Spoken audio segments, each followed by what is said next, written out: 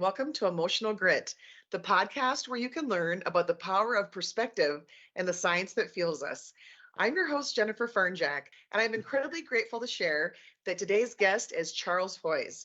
He's an actor who's appeared in in many movies and TV shows and commercials over the years, including playing the ghost baseball player on the Field of Dreams movie called Swede Risberg.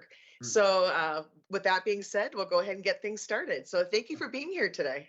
My pleasure. Nice being here, Jennifer. So I appreciate it. I know that when I was in Iowa recently for work, I met Glenda, who had shared with me how her husband went to high school with you, and we made the actual connection about how you were starring in the Field of Dreams movie. And I had mentioned to her that I was visiting the Field of Dreams that very same week that I was in Iowa.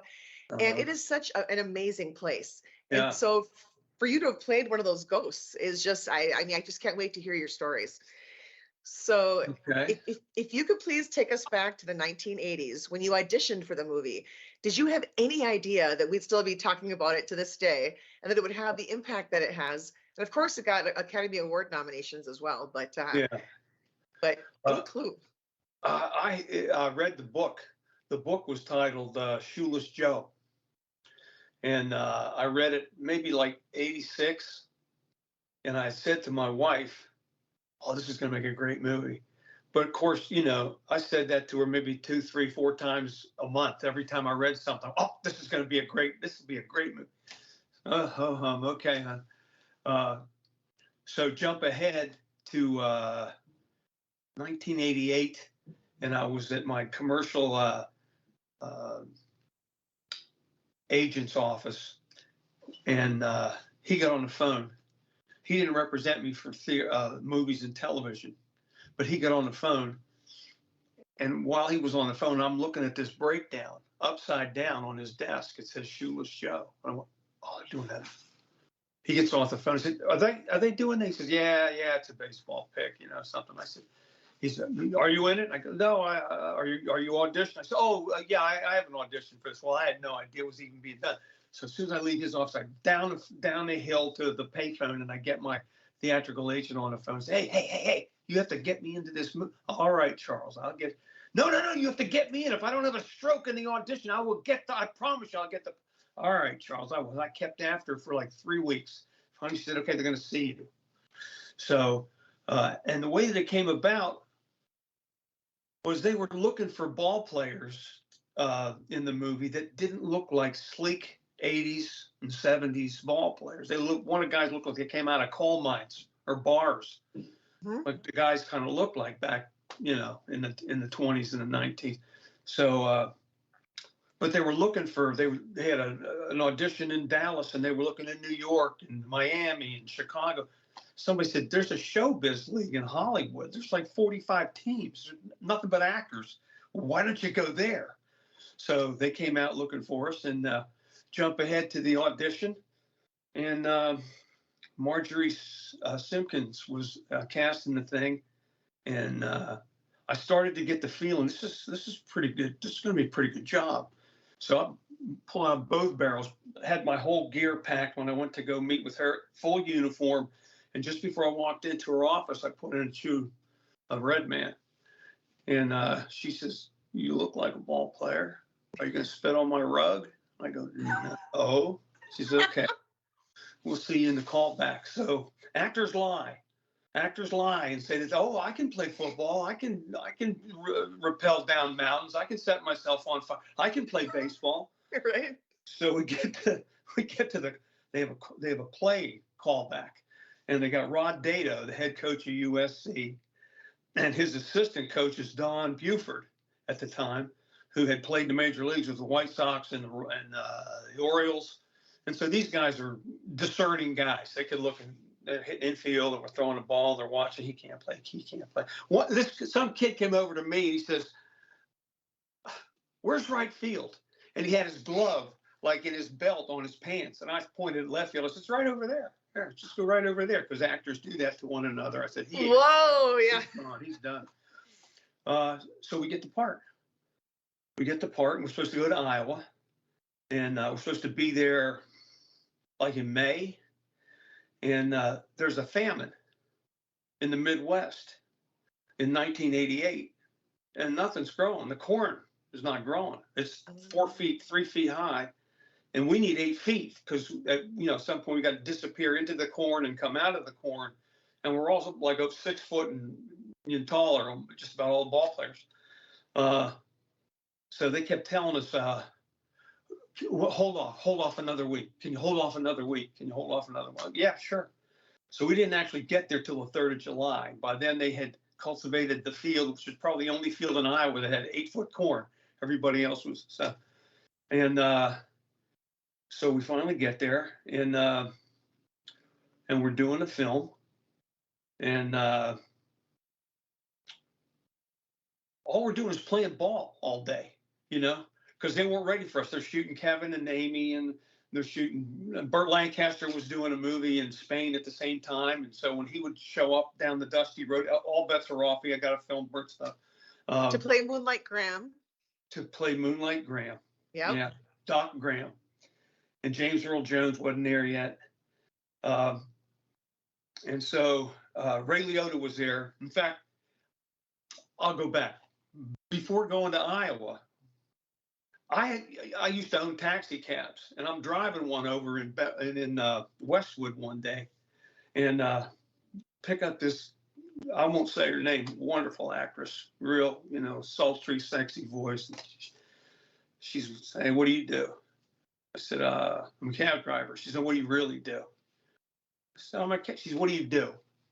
I said, "I'm an actor." She said, "What do you worked on?" I said, "Well, I'm worked on, I'm going to Iowa. I'm going to do this baseball movie." She says, "Baseball movie?" I said, "Yeah." She said, "You tell that Ray Liotta that he's a..." Okay. Okay. I said, "Oh, all right. Okay, I don't know, Ray, but I'll get your message to him." So we get to Iowa now. Jump ahead. I'm jumping back and forth, but now we're in Iowa. Now all we're doing is playing ball. So all we got to do is play ball for a couple of weeks till they get to our stuff. So they're done shooting everybody else. So actors, you got too much time on their hands, and we're sitting around, drinking and playing cards in Ray's room a couple of days after we got there. By now we're all pals.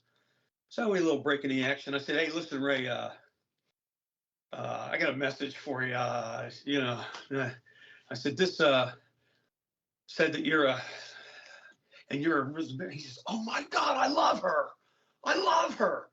I said, "I do. She told me the story. You guys are supposed to do a movie together, and you kind of backed out." And she said, yeah. I wanted to do this thing with her, but then I got this other job." I said, "Well, what other jobs?" "Okay." He says, "Yeah, I wanted to do." This was the one he was going to go to after Field of Dreams. He said, "I got this other job." I said, "Okay." He says, "They're doing this movie called Goodfellas." I was going to ask if it was Goodfellas. He said, I couldn't get an audition. I did everything. My people were they weren't seeing me yet. He said, "I went out to LaGuardia, and I met Scorsese when he got off the plane, and I pitched myself walking through the airport, and I got the job." He said, "That's where I'm going next." He says, "Otherwise, I'd have loved to work with and tell her that I love her, even though she called me." So, yeah. Wow. Yeah. So you were the middleman. So, yeah. For that message. Yes. For that message. Yes. Yeah. She said, I said, "Hey. He's a good guy, great guy. Good guy. Good ball player. He never played baseball before. He's a good athlete." He didn't play baseball before. No, but he could play basketball and soccer. He just hadn't played baseball. So, yeah. But and then he comes on and. Yeah, we were just out playing, picked it up right away. We showed him how to hit. He actually hit right-handed, and Shoeless Joe actually hit left-handed. But we took, and the purists that have seen the movie say, yeah. "Oh, well, look, if you're looking at that, we did the movie wrong." Okay. Yeah. He played and he hit well, and of course, wow. It's acting. Yeah, stuff like magical stuff like that was happening all the way entirely around this. The whole thing we did, there were things like that happening. Now, did you play baseball growing up, or did you have to kind of, Yeah, I played with Glenda's husband Okay. in high school. Yeah. Okay. I So, played a lot of football, but I also okay. played baseball. Yeah. So, just for context for the listeners, as far Yeah. as like, your character, Swede Reisberg or Shoeless Joe Jackson, as far as Ray's part. So the ghost players in the movie are mostly people from the 1919 Chicago White Sox who were accused of rigging the World Series. And I Mhm. forget, was it that they were accused of winning or losing on purpose? Was it losing on purpose? I don't They had recall. the White Sox were one of the most incredible teams ever. Even to this day, I think they won 120 games in a 154 game season. They were an incredible team, Wow. and they weren't getting paid by the owner Comiskey. And the gamblers got together and they talked to the right guys, and major league players are good enough that they can finagle things. Right. They Exactly. can, sometimes it's not what you do, but it's what you don't do. Right. And the movie 8 Men Out really went more in depth as to who did what and who was who was paying the gamblers, and or who the gamblers were paying, or and ultimately the gamblers they didn't pay. They didn't pay the guys who supposedly went in the tank Really? during the series, so they didn't get paid. Oh, Yeah, okay. but they were a fantastic team. So what could you tell us about Swede Reisberg, the person who you portrayed in the movie? We had a tremendous poetic license. Uh, Phil Robinson, who took it off he took the novel and adapted it into his screenplay. He liked the name Swede. Okay. It was a great, he liked Nux, Eddie Saccott was Knuckles. He threw a knuckleball, and Buck Weaver was the third baseman, but Swede was actually shortstop. But in the movie, we made him the catcher.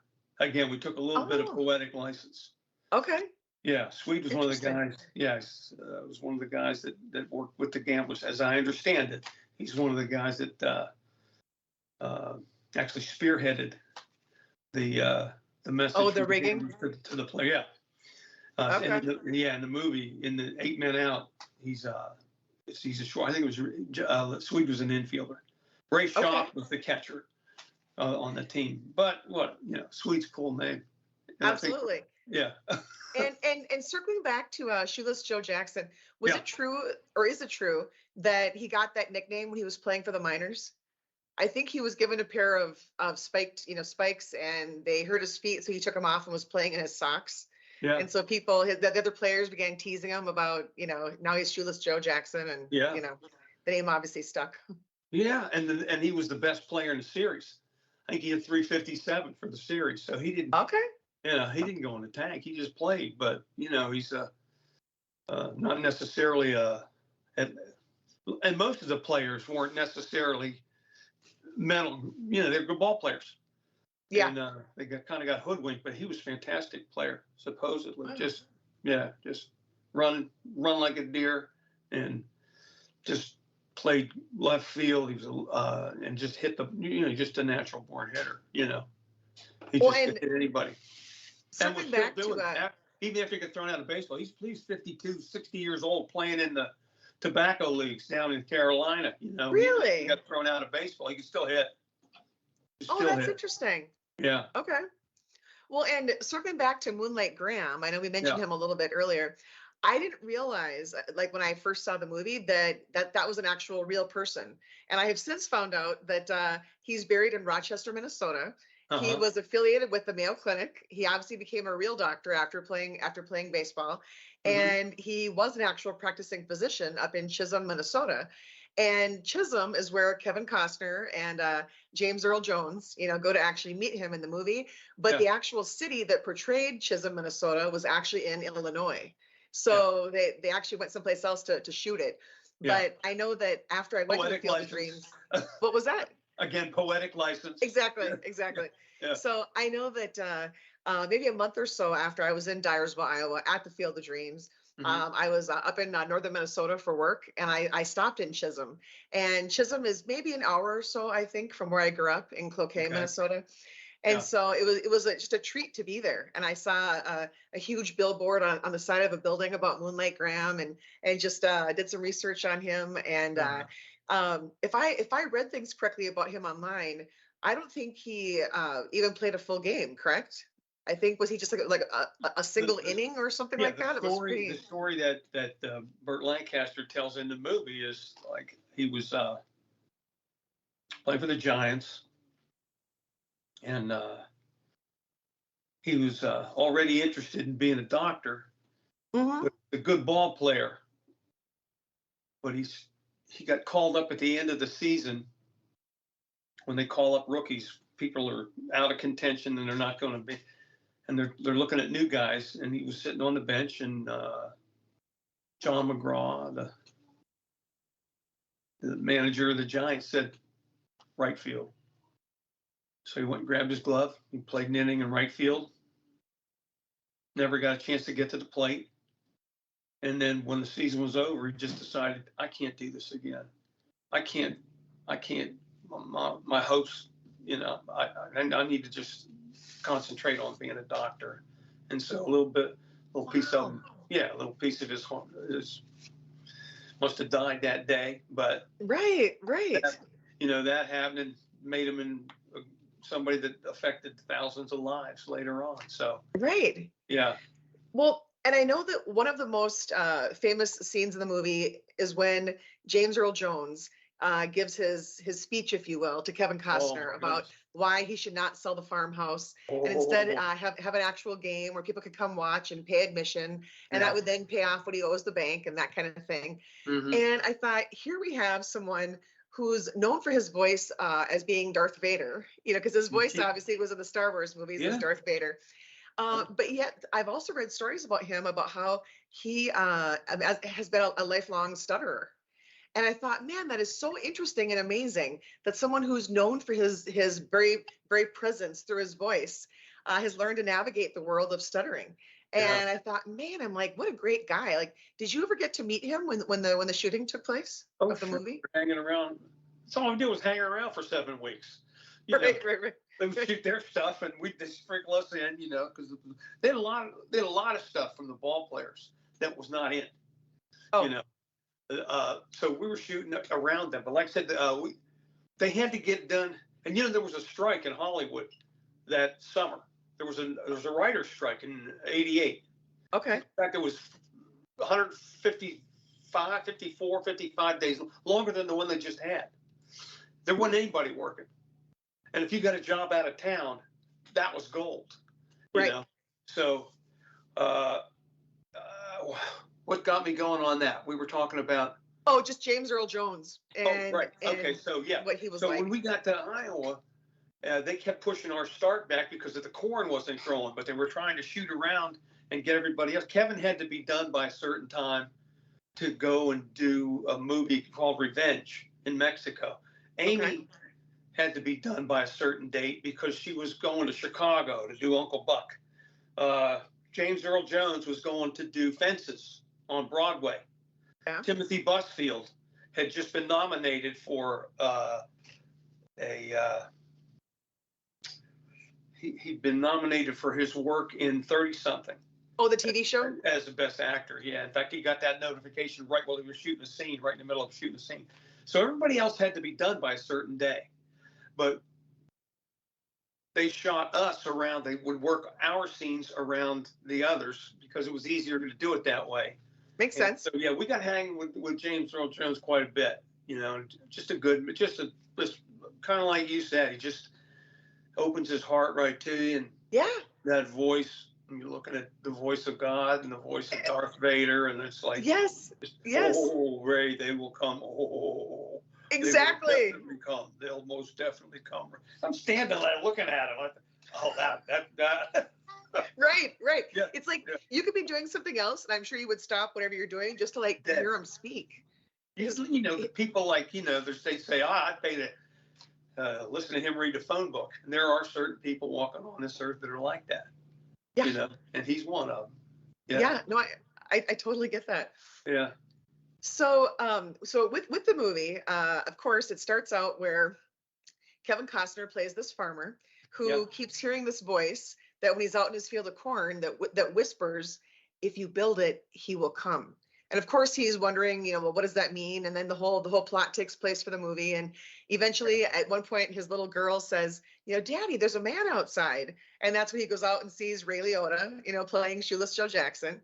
I And just got a then, rush. I just got a rush yes, when you said that. yes, I can yes. remember the scene. He looks out the window and there's one guy standing there looking around. Yes, Yeah. exactly. Yeah. And then of course, eventually, the rest of you come out of the corn. And I'm telling you, I've seen that movie a number of times, and I get goosebumps every time I see, those of you who are coming out from the field of corn. And I'm Yeah. just wondering, from your perspective, what was it like to have the opposite view? I mean, here you were one of the people coming out of the corn, and of course, then decades later, what you guys did as the players would be emulated by MLB players who then played in MLB games at the Field of Dreams in 2021 and 2022. So to Yeah. watch them walk out of the corn, I just wonder, going back to when you were filming, what was it like to play a historic baseball figure and walk out of those stalks of corn? I mean, it's just magical. Well, it's again, like I told you, I read the book, so I already had some sense of where the Kinsella, the writer of the book, was going with his descriptions of his character. And but yeah, walking out of the corn into the field, as an actor, you have to be. It's almost like you're being born, and so that when you come out of the corn,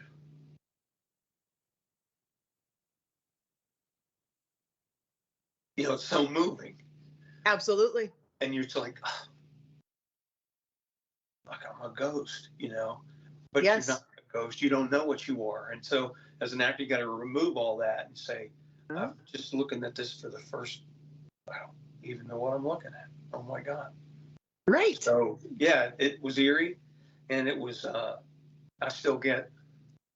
Yeah. Thinking about it. There's times in your life, things that you'll remember, your baby's first cry, and when you met your wife, and Yep. and as an actor, there are times when you go, because you do a lot of turkeys, and every once in a while you get a chance to do one, something that's magnificent, right? And even when it came out, the movie, you didn't know if it was going to go. It was like, oh, ho hum, another baseball. Well, it wasn't a baseball pick. It was. Right. It wasn't about that. It was about making dreams come true. Absolutely, and I just got goosebumps again. I wish you could see them. I know. It's just, I tear up. I got to stop talking. Or I'm going to cry. no, I can see why. Yeah. So, so you don't know this about me yet, but in 2016, I got the surprising diagnosis of a brain tumor, and size of a golf ball. But I'm very grateful to say that the corresponding surgery and radiation treatments went well, and it wasn't cancerous, but the radiation treatments were to treat the cells that couldn't be removed. So kind of an ominous thing, to take place. Yeah. And since then, I wrote a book about the experience, about emotional grit and the idea of perseverance. But I've also written things in the book that inspire people. And one of those things is nostalgia. And so that's why, for example, if someone, like, say you're a DJ and you're going to be like picking your song list for a class reunion or for a wedding, you want to know ahead of time, okay, what's the age range of the people, so you can play music that's relevant to them to evoke those positive memories and feelings of nostalgia. And I know that that when I went to the Field of Dreams for the first time, I wrote about it in my book. So if you wouldn't mind, I have just a few sentences that I would like to share with you about how the idea of the Field of Dreams and the nostalgia affected me as well. I'd love to. I thank you. So I'll read this right now. All right. Don't make me cry. Better grab a Kleenex. Yeah. Yeah. Oh, I need Kleenex. I haven't even started reading yet. All right. The power of nostalgia is also evident in sports. In 2018, I had the privilege of visiting the Field of Dreams in Dyersville, Iowa. Originally built for a movie by the same name, it's a baseball diamond carved from cornfields. After a farmer, played by Kevin Costner, hears a mysterious voice that says, "If you build it, he will come."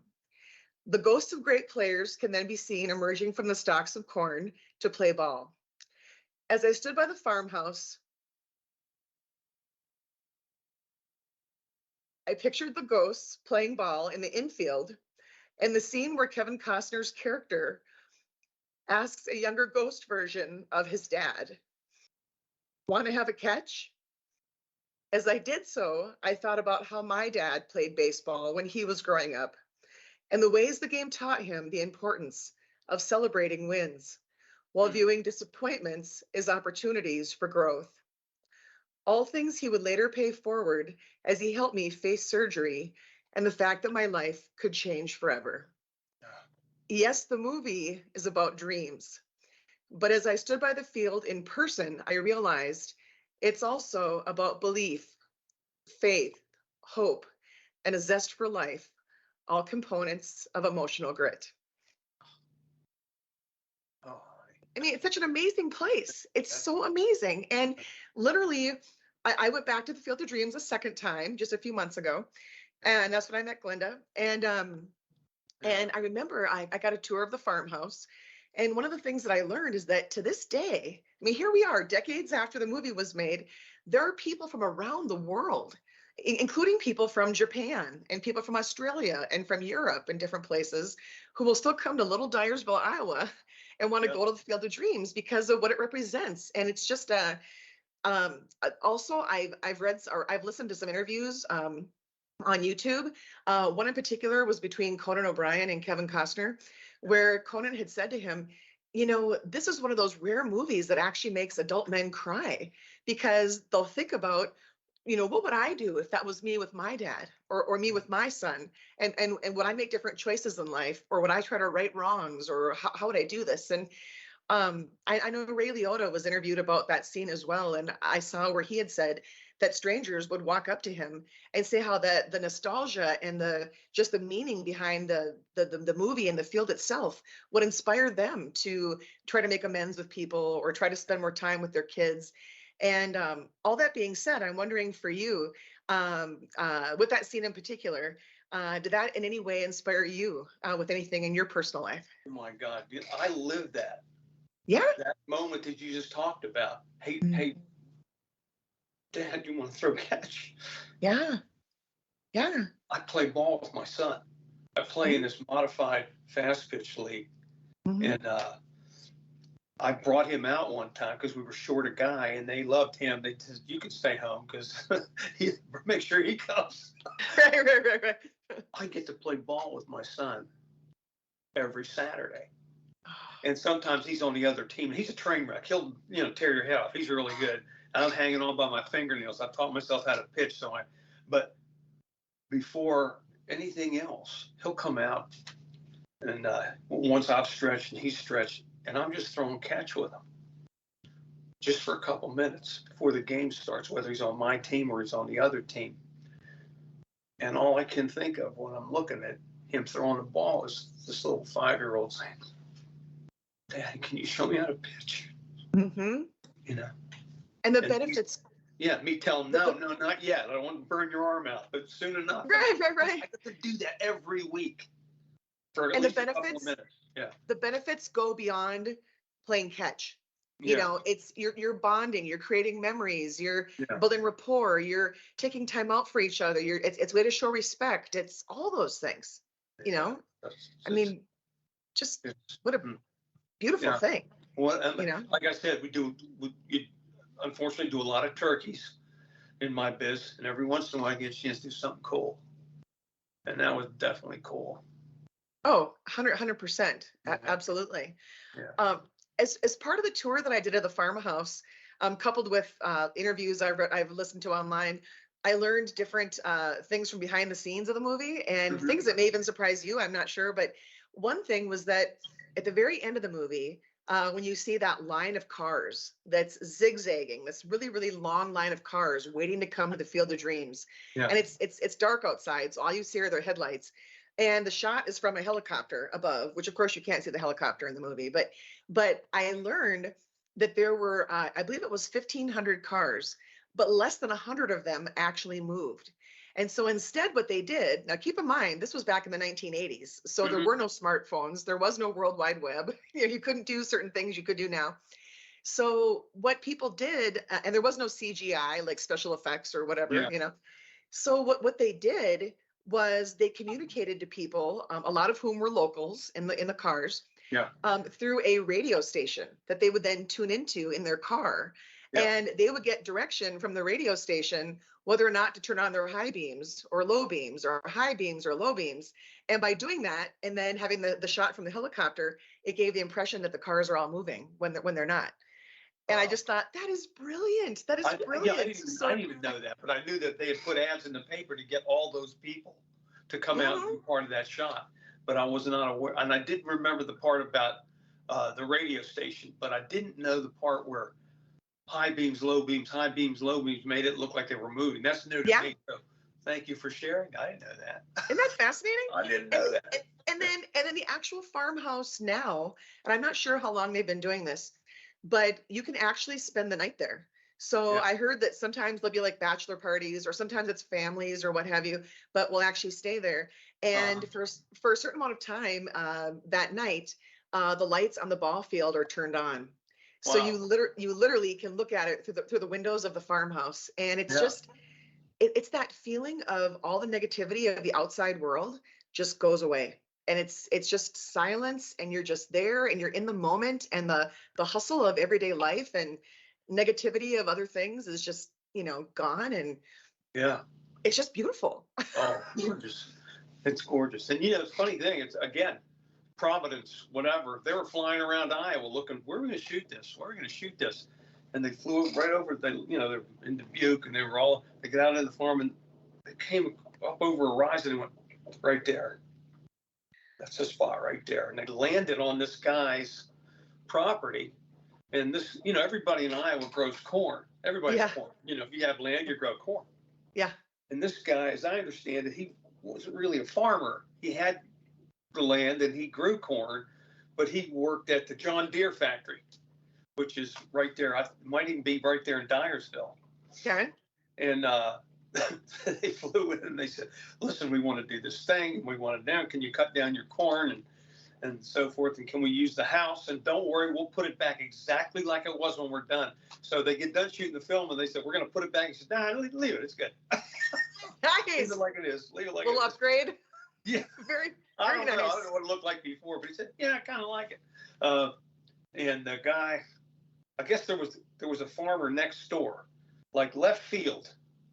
It's like the actual, like they have the news where they played the new game, where they played the game the last couple of years. But I actually played in 2 games on that field Really? against major league players, against ex-major league players.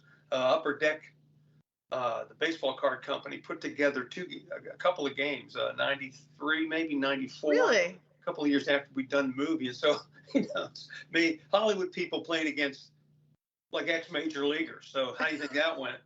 But there were 10,000 people in the corn to watch this game, No way. Oh, yeah. Who were some of the Yeah. people you played? Well, Bob Gibson. And you mean who was playing for the major league teams? Yep. Yeah. Bob Gibson, Reggie Jackson, Joe Rudy. Fun.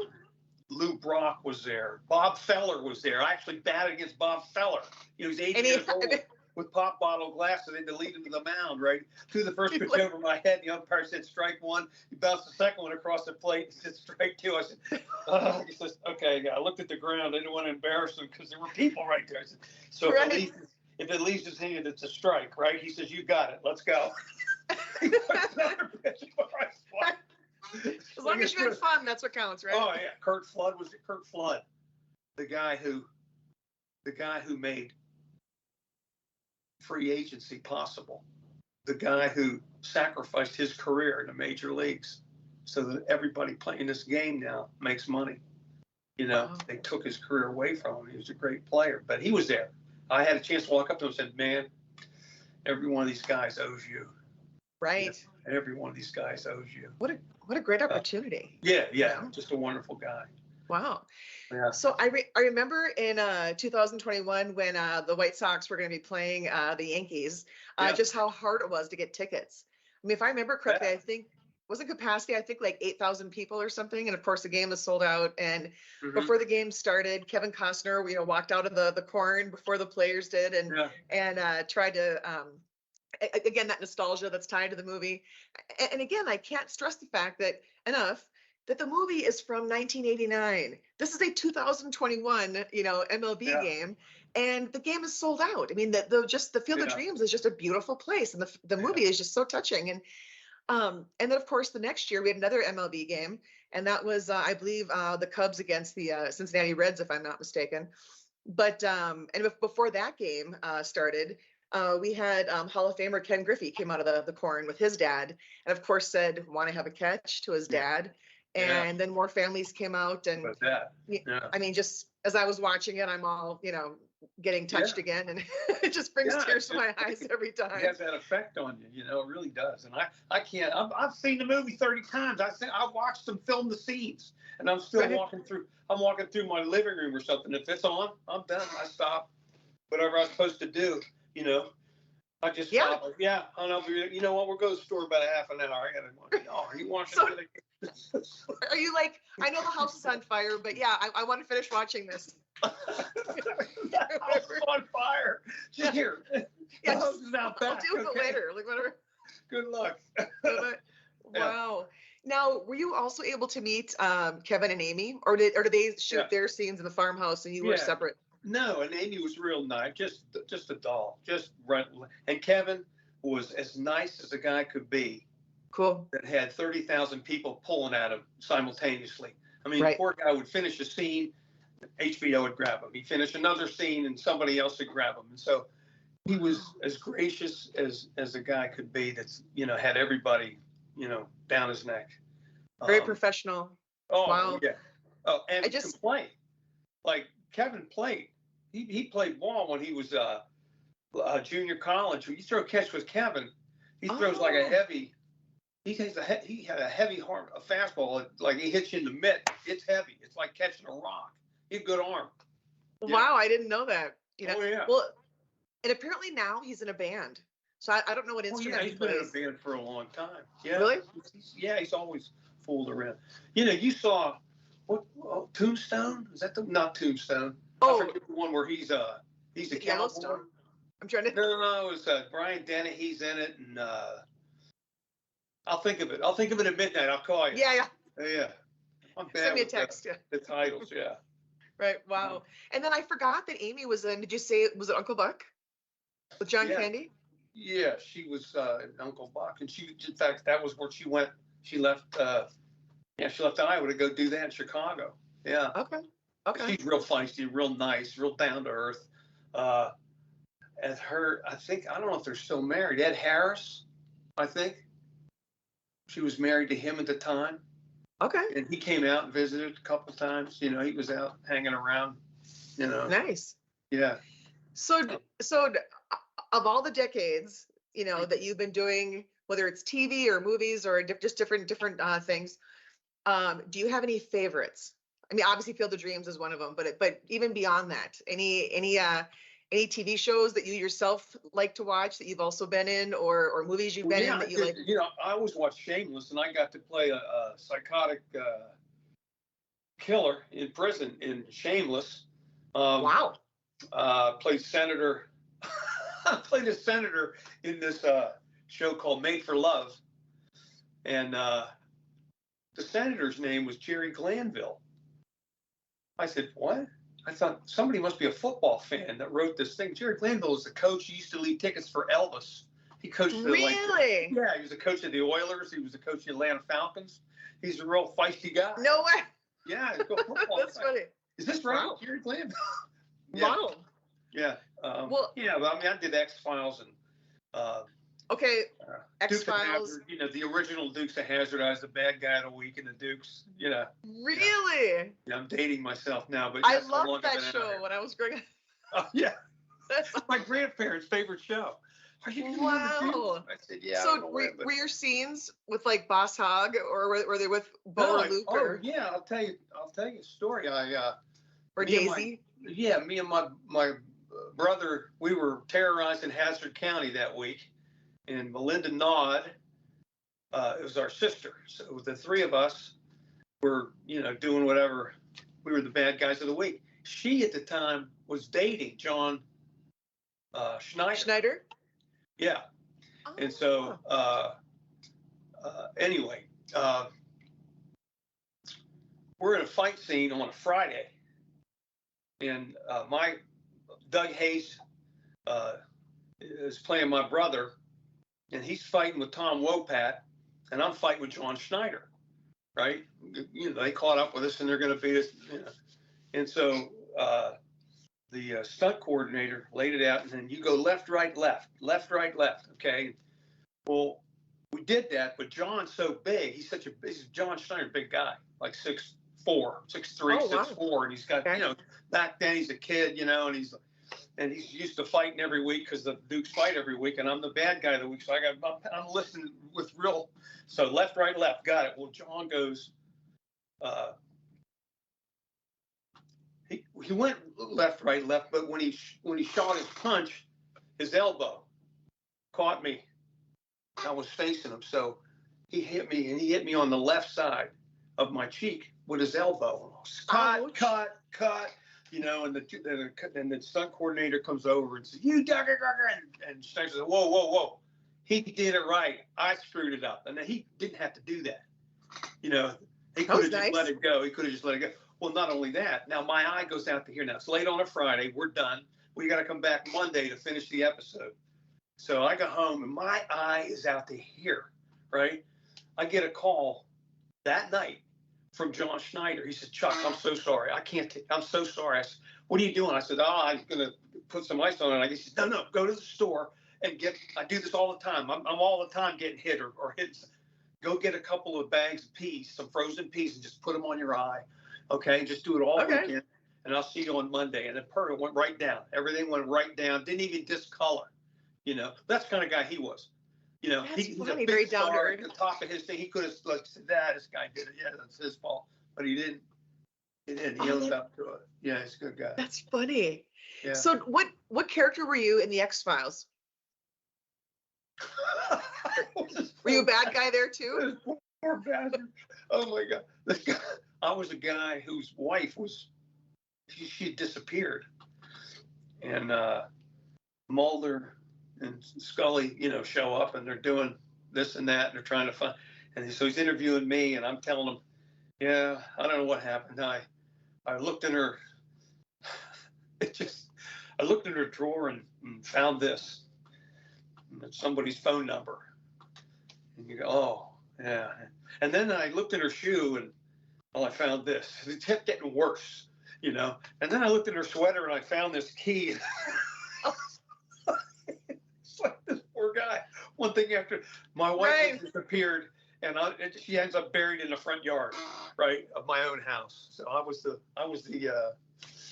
poor bereaved husband on that, But I got a couple of scenes with Mulder, or with us, with Mulder, yeah. Oh, I can never pronounce his last name. Was it David Duchovny? David Duchovny? I can never pronounce his last name. Yeah. Funny, really funny, really nice. Most of them are nice. Everybody I work with is nice. There's only a handful of people that, you say, I could give them. I did Murder, She Wrote 3 times. Angela Lansbury was a doll. Absolute, just cool. Nice as can be. How about on ER? Were you a patient or a doctor, or what were you?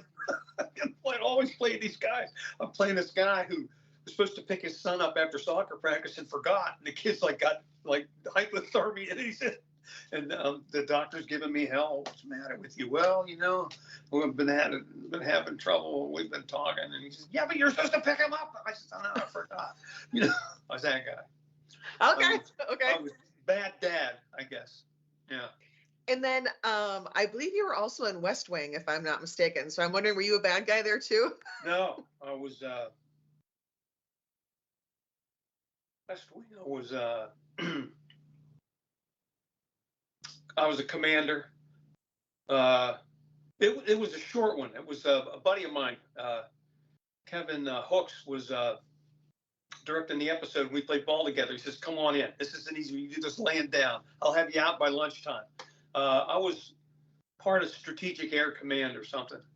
Okay. Just like giving a briefing, but it's like a page long, and they're doing this and the Russians are doing that and the Turks are over here and well, yeah, military. Yeah. So I don't mean to how make much light longer? of it. I just honestly can't remember what my dialogue was. No worries, no worries. So how much longer do you see yourself still, whether it's commercials or TV or movies or different things? How much longer do you want to keep doing it? Yeah, it's like for the longest time, like I was doing a lot of episodic and a lot of films, and then I started doing commercials, and I got busy doing commercials in 1994, I think. Again, playing ball. I was playing ball with a guy who was a commercial agent. He says, "Why don't you sign with us?" I said, "Okay." And after he'd sent me out a couple times, he said, "Listen, you actually can do this. I just thought I had a good ball player. Well, I want you to keep playing with us, but you can actually." I said, "Well," was part of me was like, "Thank you," and another part of me was, "I'm an actor. Of course I can do. All right, it doesn't matter. Yes, you want to represent me." He's the greatest actor, just the greatest agent of Doug Ely over at. He's with AKA now and Pam Porter, and. And they got me busy doing. I've probably done. We've seen each other. We've seen a million times. We just didn't know each other because I've been lucky enough to play. I look like everybody. You know what I mean? Everybody knows somebody looks like me, a coach or a dad or a cop or, Or when a you're not serial goofy killer. dad anymore, you're old dad. When you're not old dad, now you're granddad. Right. My grandson, like I know my grandson's growing tall because I usually will hold him right here. And about 3 months ago, he says to me, "Papa," he calls me Papa. He said, "Papa, what happened?" And I realized he's never been tall enough. He's never been up high enough. Oh, He's to always looking at me in see. the face. Now he's up above and he can look down. He said, "Papa, what happened?" Oh, that's Like, cute. That's really okay. that's really I hope it cute. didn't happen to you. Right. What happened? That's so sweet. Yeah. But so circling back to the Field of Dreams, is there anything that I haven't asked that I should be? Whether it's things behind the scenes or maybe your favorite scenes or anything that Imagine you want if to. things kept happening the whole time we were there. Tim found out, like I said, that he had been nominated for an Emmy right in the middle of shooting a scene. One night, there's a scene where Kevin and Amy have to be there. You have a picnic blanket spread out on the pitcher's mound in the middle of the infield. He's built this field, and she's like looking there. But anyway, they wanted to shoot this scene, and there was thunderclouds overhead, just gathering storm overhead. And it was kind of important. I think she had to be out of town the next day. And they wanted to get this scene in, and so they were all set up to go. And everybody's looking around, and 5 minutes before 9, it's like the clouds just parted. There was this beautiful full moon out. And then, of course, Phil's like, shoot, quick, shoot it. Right. Did it all in one take. Stuff like that would happen. It was meant to be. I'll tell you this, Phil. The guy that wrote the story was a guy named W.P. Kinsella. Okay. Now, in the movie, it's Ray Kinsella. I got that, yeah. But the guy that wrote the book, W.P. Kinsella. So he writes a book, and Phil adapts, Phil Robinson adapts it and shoots it. And we're done, and now we're in post-production, and they called us in to do some looping. You know about looping, sometimes you lose lines, you got to go back in, look at yourself on camera and say the line again so they can pick it up. And so we're all in it, the ball players are all in there talking. And again, we had shot the thing as Shoeless Joe. That was the movie, And so he said, we're going to release the movie, but it's going to has a different title. Because they tested it and nobody liked the title. I said, really? I said, yeah, Universal wants us to go with Field of Dreams. And he said, I had to go tell Kinsella about it because I had told him when I was going to adapt his property, I'll stick right to it. I won't change anything else, And so he had to go back to Kinsella, and he said, I'm sorry. They changed the name. And Kinsella says, well, what did they change it to? He said, Field of Dreams. And Kinsella goes, Well, that's okay. When I wrote the thing and sent it to my editor, I called it the dream field. Are you Are kidding you me? serious? You talk about goosebumps? Yeah, he said, I couldn't Wow. believe it. He said, I sent it. It was a dream field, and they changed it to Shoeless Joe. And then they changed it back to field. That's karma. Just stuff meant to happen. You know? Yeah, no doubt. That's interesting. Yeah, I mean that's right from Wow. Phil. I mean, forgive me, Phil, if you know what that story is, but I thought it was okay. It's 30 years, 40 Yeah, years. Whatever. wow. Yeah, but Well, yeah, I can tell you based on conversations that I had with people when I was traveling around Iowa, and then of uh, course people that I met in northern Minnesota between my hometown and then going up to Chisholm and just around northern Minnesota in general. People are anticipating watching this podcast interview. Like they want to hear what you have to oh, say. So I well, really hello appreciate. everybody. I'm glad you Yeah. tuned in. So I'm glad I we finally just technically got it figured out. Thank you for right. I'm all 'Cause thumbs on the computer. I'm all thumbs. Yeah. it all worked out, but it's just kind of like I mean, again, the movie, granted, was in 1989, but what it represents still is relevant today. And Yeah. people just really love the positivity and the magic and the relevance and all that of the Field of Dreams, both the movie and being there in person. So I just appreciate you sharing all the Yeah. inside baseball, if you will. Oh yeah. Yeah. If you haven't been there, go. You're going to get a real twinge of something. Something's going to, they'll get some kind of a different feel. It's good. It's that kind of place. Absolutely. Yeah. So, all right. Well, then thank you so much for being here Yes. today. I appreciate it. Thank you. And thank you for everybody who's listening. Please feel free to go to my YouTube channel that's called Emotional Grit, so you could subscribe to this podcast and of course like this episode. If you have any questions, please feel free to let me know.